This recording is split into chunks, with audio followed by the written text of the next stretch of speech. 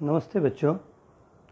आज हम जीव भू रसायन चक्र और कार्बन चक्र के बारे में थोड़ी सी जानकारी प्राप्त करेंगे।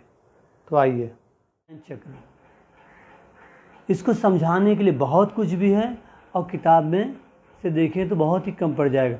इसको स्वयं से समझने का कोशिश कीजिए। इसके नाम में ही सब चीज़ भरा हुआ है।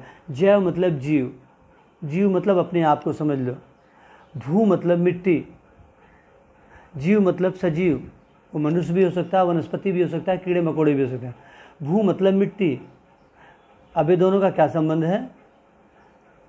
वनस्पतियाँ जो है ज़मीन में ही उगती हैं, बराबर है, और इस वनस्पतियों को हम ही खाते हैं, या हमारे मृत्यु के बाद हम मिट्टी हो जाते हैं।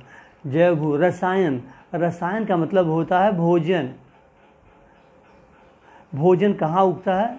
जितने भी हम घी, तरकारी, अनाज, फसल खाते हैं बच्चों, वह होता है रसायन।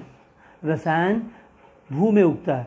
उस भू से वनस्पतियाँ उगती हैं, उस वनस्पतियों को मनुष्य ग्रहण करता है और मृत्यु के पश्चात इसी भू में चला जाता है और इसी में रसायन उगता है। इस प्रकार से चक्र चलते रहता है। इसी चक्र को कहते हैं जीव भू रसायन चक्र। जीव भू रसायन चक्र इसे कहते हैं biogeochemical cycle. Bio means biology life, geo means geography भू, केमिकल मीन्स भोजन, साइकिल मतलब चक्र चलना। तो यहाँ छोटा सा चित्र बना के दिया गया है। इससे बहुत अच्छे अच्छे चित्र भी आप स्वयं बना सकते हो। कैसे हमारा शरीर वनस्पतियों पर आधारित है, वनस्पतियाँ जो है मिट्टी से कैसे पोषक तत्व लिए जाते हैं और कैसे जल इत्यादि इत्यादि होते हुए यहाँ तक कि बच्चों जल भी रासायनिक में आ जाएगा। ठीक है। जैव भू रसायन चक्र में 3 चीज़ें हैं, लेकिन अगर दोनों की तुलना किया जाए, बराबर है बच्चों। पहला है मिट्टी का, दूसरा है वायु का। जैव भू रसायन, रसायन के अंदर पानी आ जाता है, भोजन आ जाते हैं, H2O, H2 भी हो जाएगा, हाइड्रोजन, ऑक्सीजन भी, सभी गैसें, जल, भोजन। तो इसमें से हम देखते हैं हवा के बारे में और मिट्टी के बारे में, बराबर। प्रमुख अजैविक गैसीय पोषक द्रव्यों का संग्रह पृथ्वी के वायुमंडल में पाया जाता है। मतलब पृथ्वी के ऊपर जो वायुमंडल है उसमें ये पाया जाता है। जबकि भू कहाँ पाया जाता है? प्रमुख अजैविक पोषक तत्वों के संग्रह पृथ्वी पर, ये पृथ्वी है। मिट्टी जो है पृथ्वी पर पाई जाती है, वायु जो है पृथ्वी के चारों ओर वायुमंडल में पाया जाता है। दूसरा इसका उदाहरण क्या हो जाएगा? नाइट्रोजन, ऑक्सीजन, कार्बन डाइऑक्साइड इत्यादि। और इसका उत्तर क्या हो जाएगा? मिट्टी में क्या क्या पाया जाता है? लोहा पाया जाता है, कैल्शियम, फास्फोरस, विभिन्न चीज़ें। ठीक है बच्चों। दूसरा चक्र है बच्चों कार्बन चक्र। कार्बन चक्र, कार्बन साइकिल, ये बहुत ही इंपॉर्टेंट है, वेरी वेरी इंपॉर्टेंट। क्यों जानते हो? क्योंकि पूरा इस दुनिया का खेल जो है इस कार्बन पर ही चल रहा है। आज कोरोना नामक बीमारी फैल गई है। जैसे ही किसी की मृत्यु हो जाती है, हम उस इंसान को जला देते हैं, क्योंकि उसका शरीर अब कार्बन का हो गया। हम सभी कार्बन के बने हैं, वृक्ष कार्बन के बने हैं, जितने भी सजीव का शरीर है वो सब कार्बन का बना है। तो कार्बन हमारे पर्यावरण पे कैसे घूमता है। देखिए, ये वनस्पतियाँ हैं, अगर सूख जाएंगी तो घास हो जाएंगी, या तो वनस्पतियाँ जो घास है कार्बन की है, बराबर है। कार्बन जा रहा है इस सजीव के, चल रहा है, इसके शरीर में जा रहा है कार्बन।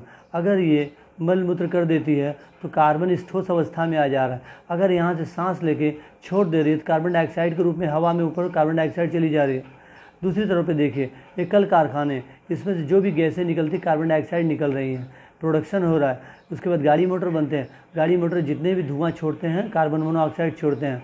तो वनस्पतियाँ सांस लेवे या प्राणी सांस लेवे कार्बन डाइऑक्साइड छोड़ते हैं। कल कारखानों में से निकलता है वो भी कार्बन डाइऑक्साइड निकलता है। इस प्रकार कार्बन जमीन से लेके जल से लेके वायु तक आपस में किस प्रकार एक दूसरे से जुड़ा हुआ है, इसको आप तीर के निशान के द्वारा एक प्रवाह आकृति में हम आगे एक विशेष करके इस पर ही टॉपिक लेंगे और इस पर विशेष समझेंगे, क्योंकि अपने आप में एक महत्वपूर्ण टॉपिक है।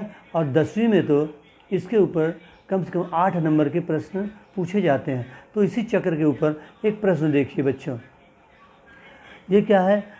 ये हो गया बच्चों प्लांट में, और ये हो गया एनिमल में। प्लांट क्या करता है, प्लांट कार्बन डाइऑक्साइड, वनस्पतियाँ कार्बन डाइऑक्साइड सांस लेती हैं पत्तियों से, और जड़ से क्या खींचती है, पानी। और जब दिन रहता है उस समय ये बना देती हैं रसीला आम। रसीला आम, ये आम है, उसके अंदर भरा हुआ रस है, और उसके पत्तियों से क्या निकलता है, ऑक्सीजन। जब ये ऑक्सीजन निकल जाता है, ये ऑक्सीजन कौन लेता है, एनिमल, मतलब मनुष्य। मनुष्य सांस में ऑक्सीजन लेता है, बराबर है। ये देखिए ऑक्सीजन ले लिया और यहाँ का आम तोड़ के वो खुद खा लिया। तो हम प्राणी जो है फल खाते हैं, श्वास लेते हैं, ये दोनों हमारे कोशिकाओं में जाकर माइटोकॉन्ड्रिया के साथ क्रिया करके ऊर्जा की सहायता से नाक में से हम क्या निकालते हैं, कार्बन डाइऑक्साइड। पूरे शरीर पर पसीना आ जाता है और इस प्रकार हमारे शरीर को क्या मिलती है, ऊर्जा, और दिन भर हम इसी से काम करते हैं। तो वनस्पतियाँ हमारे लिए ऑक्सीजन और भोजन देती है। यही ऑक्सीजन भोजन को हम ग्रहण करते हैं, फिर कार्बन और पानी निकालते हैं वनस्पतियों के लिए, और वनस्पतियाँ फिर भोजन और ऑक्सीजन निकालती हैं जो हम ग्रहण करते हैं, और हम क्या निकालते हैं, वही कार्बन डाइऑक्साइड और पानी वनस्पतियों के लिए, और ये हम अपने आप के लिए निकालते हैं जीवित रहने के लिए। ठीक है बच्चों। तो बच्चों इस वीडियो को आप देखें, समझें और इससे संबंधित प्रश्नों को हल करने का प्रयास करें, नोट्स बनाएं, और इसमें जो बाकी जो चक्र हैं उसको अगली बार हम देखेंगे। धन्यवाद।